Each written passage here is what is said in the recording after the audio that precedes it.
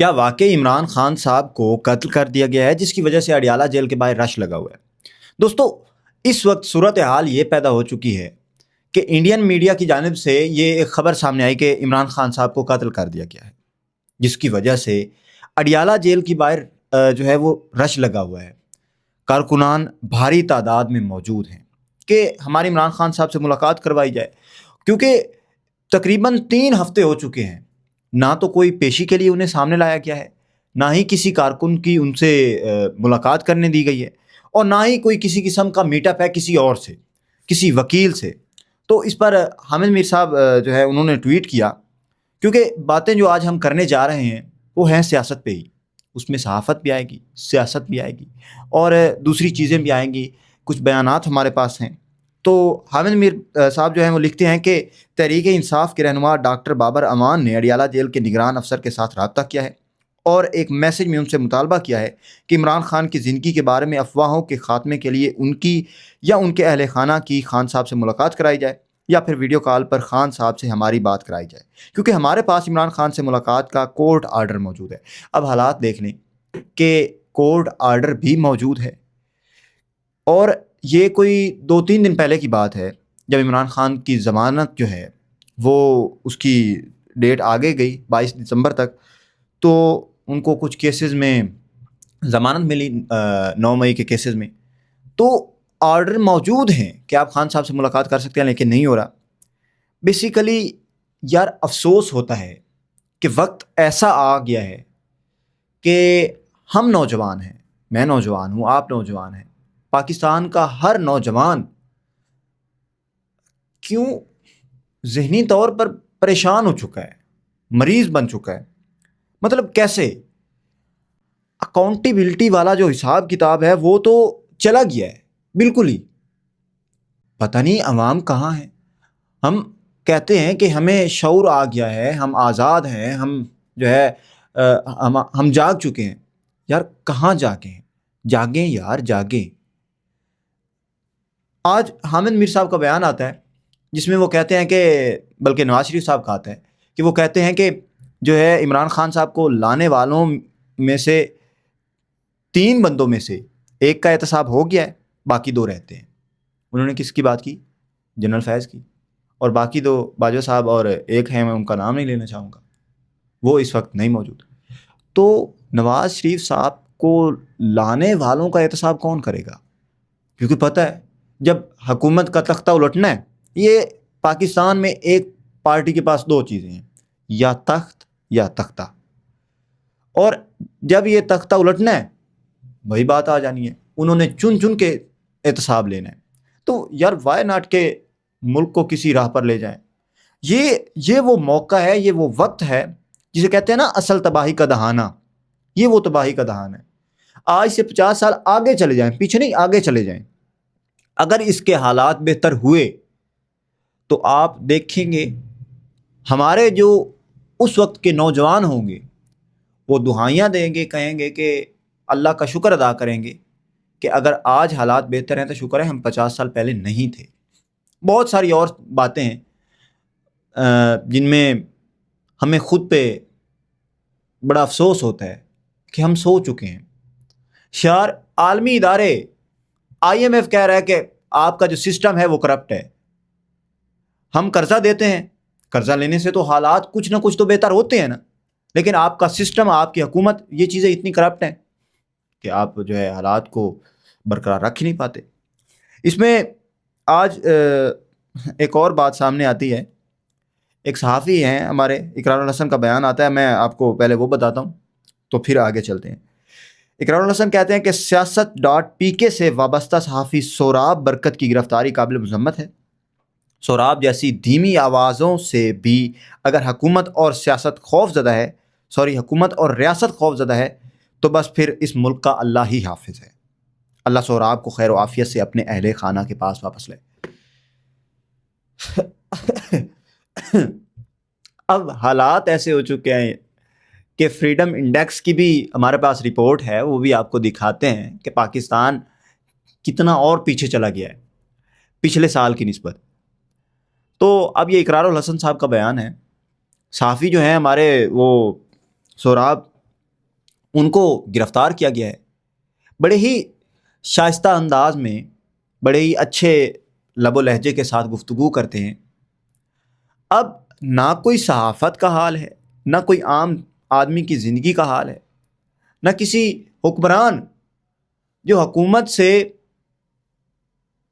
Side پہ ہو جائے، نہ اس کا حال ہے. نہ اکاؤنٹیبلٹی ہے، نہ احتساب ہے. ہر نوجوان جو میری طرح کسی یونیورسٹی سے ڈگری کمپلیٹ کرنے کے بعد ایک ہی خواب رکھتا ہے کہ اس ملک سے باہر جاؤں. وہ باہر جا کے آپ اس سے کبھی رابطہ کر کے کال کر کے پوچھے کہ کیا واپس آنے کو جی کرتا ہے، وہ کہے گا ہاں جی کرتا ہے. لیکن اس ملک کی نہ عوام میں کوئی شعور ہے، نہ حکمرانوں میں کوئی شعور ہے. یہی چیز ہوتی ہے، حالانکہ ہم میں سے ہی وہ گیا ہوتا ہے. اور اس کے حالات آپ دیکھتے ہیں 1-2 سالوں میں ہی بہتر ہو جاتے ہیں. فریڈم تو یہ ہمارے صحافیوں کے ساتھ ہو رہا ہے. میں دیکھ رہا تھا ریسنٹلی، بڑا پہلے کا وہ ہے ریکارڈ کیا گیا منصور علی خان صاحب کا اور ہمارے جو وزیر اعظم ہیں شہباز شریف صاحب کا. تو وہ پوچھتے ارشد شریف کے بارے میں اور وہ بتاتے عمران ریاض خان کے بارے میں.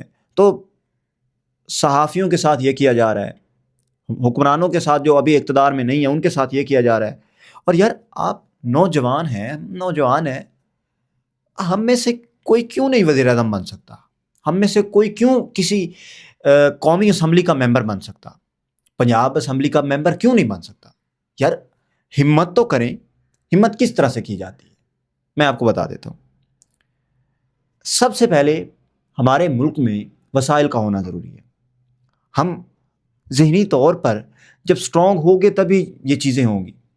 ہمارے پاس ایک ایگزامپل ہے ابھی ریسنٹلی زہران ممدانی کی، لیکن اس کے وہ اتنا افورڈ کر سکتا تھا کہ وہ کیمپینز رن کرے یا اس طرح سے. لیکن یار اگر ہم انڈیویجولی نہیں کر پا رہے تو ہمیں یکجا ہو کر کرنا چاہیے، اکٹھے ہو کر کرنا چاہیے. آواز ایک دوسرے کی بلند کرنی چاہیے.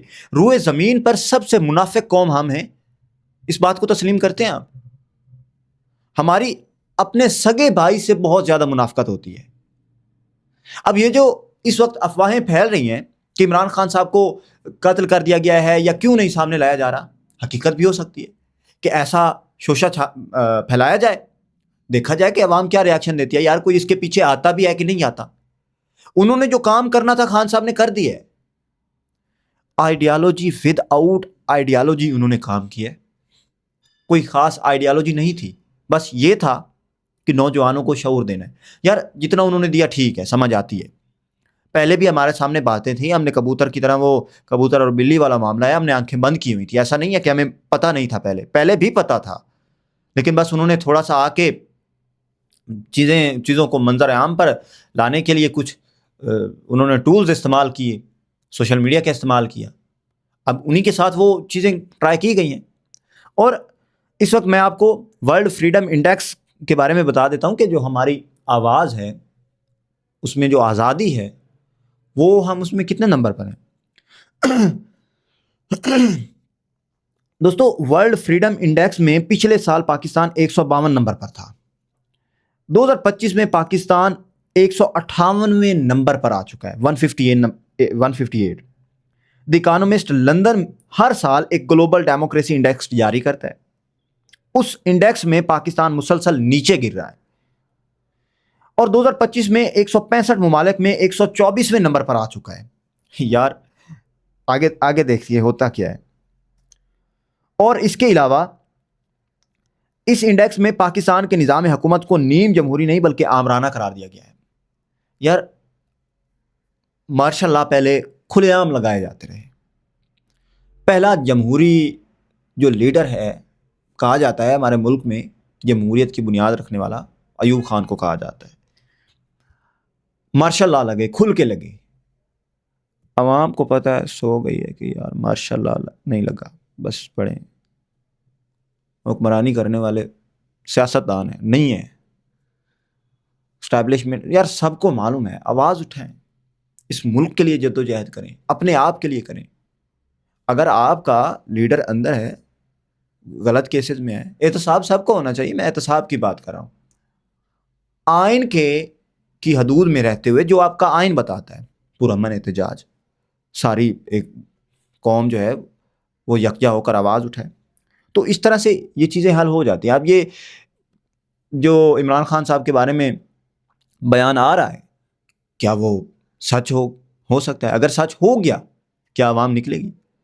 مجھے نہیں لگتا کہ چند ایک لوگوں کے علاوہ جو ان کی پارٹی سے بڑی ہی والہانہ محبت رکھتے ہیں۔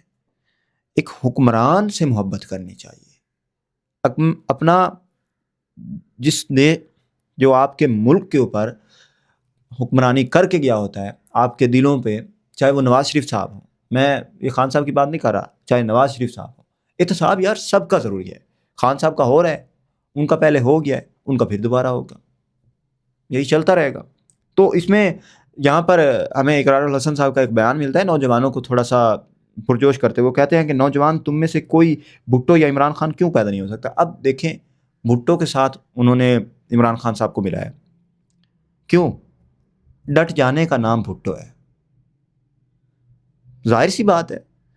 بھٹو نے کہا تھا دی لاسٹ اسیسینیشن میں، ان کی کتاب ہے، وہ کہتے ہیں کہ میں تاریخ کے ہاتھوں مرنے سے بہتر ہے کہ میں فوج کے ہاتھوں مروں، اور بھٹو نے بڑی باتیں کی، کافی زیادہ ہیں، وہ ایک الگ ڈیبیٹ ہے۔ تو اس میں وہ کہتے ہیں کہ کیا اللہ لیڈروں میں سے وہ کہتے ہیں کیوں پیدا نہیں ہو سکتا؟ کیا اللہ لیڈروں میں سے کوئی الگ آلہ لگا کر بھیجتا ہے کہ جس میں وہ آلہ موجود ہو وہی لیڈر بن سکتا ہے؟ نہیں نا، قائد لیڈر اور سچا مسیحا تم بھی ہو سکتے ہو۔ یہ ہے اقرار الحسن صاحب کا بیان۔ اب انہوں نے نئی پارٹی بنانے کا اعلان بھی کیا ہے کہ وہ شاید نئی پارٹی بنائے، تو شاید نہیں، کنفرم بنائیں گے، اور پارٹی یہی ہوگی، ایک آئیڈیالوجی ہونی چاہیے، آئیڈیالوجی ہوتی ہے وہی آپ کی پارٹی ہوتی ہے، آپ کے ساتھ جڑے لوگ آپ کی پارٹی ہوتے ہیں۔ تو میرا یہی خیال ہے، پرسنل اوپینین ہے، نوجوان ہیں ہم، تو یار ہم میں سے بھی ہو سکتا ہے، لیکن ہم کرتے ہیں یار میں اکیلا نہیں ہوتا۔ ہم سب سے، میں نے آپ کو آلریڈی بتایا کہ ہم سب سے منافق ترین قوم ہیں، لیکن ہم یار خود کو بہتر کر سکتے ہیں۔ ہم بالکل تباہی کے دہانے پر ہیں، پڑھتے نہیں ہیں کتابیں، دیکھتے نہیں ہیں کالمز، آج سے 80 سال پہلے روس انتشار کے دہانے پر کھڑا تھا، امریکہ انتشار کے دہانے پر کھڑا تھا، اس طرح سے کر کے یار انہوں نے، ان کی قوم نے آواز اٹھائی اپنے لیے، اپنے بچوں کے لیے، اپنے بڑوں کے لیے۔ تو یہی چیزیں ہوتی ہیں۔ اب خان صاحب کے ساتھ کیا ہوتا ہے، احتساب کن کا ضروری ہے، اب بہت بڑی بحث چل رہی ہے اس وقت سوشل میڈیا پر، ٹویٹر پر، کہ احتساب اگر عمران خان صاحب کا نواز شریف کہہ رہے ہیں تو ان کا احتساب کون کرے گا؟ تو یہی چیزیں ہیں، آواز اٹھائیں اپنے لیے، اس ملک کے لیے، اور مل کر، اور دلوں سے جو خلیش ہیں وہ نکال دیں، اور فوکس کریں اپنے آپ پر۔ ملتے ہیں انشاءاللہ اگلے ولاگ۔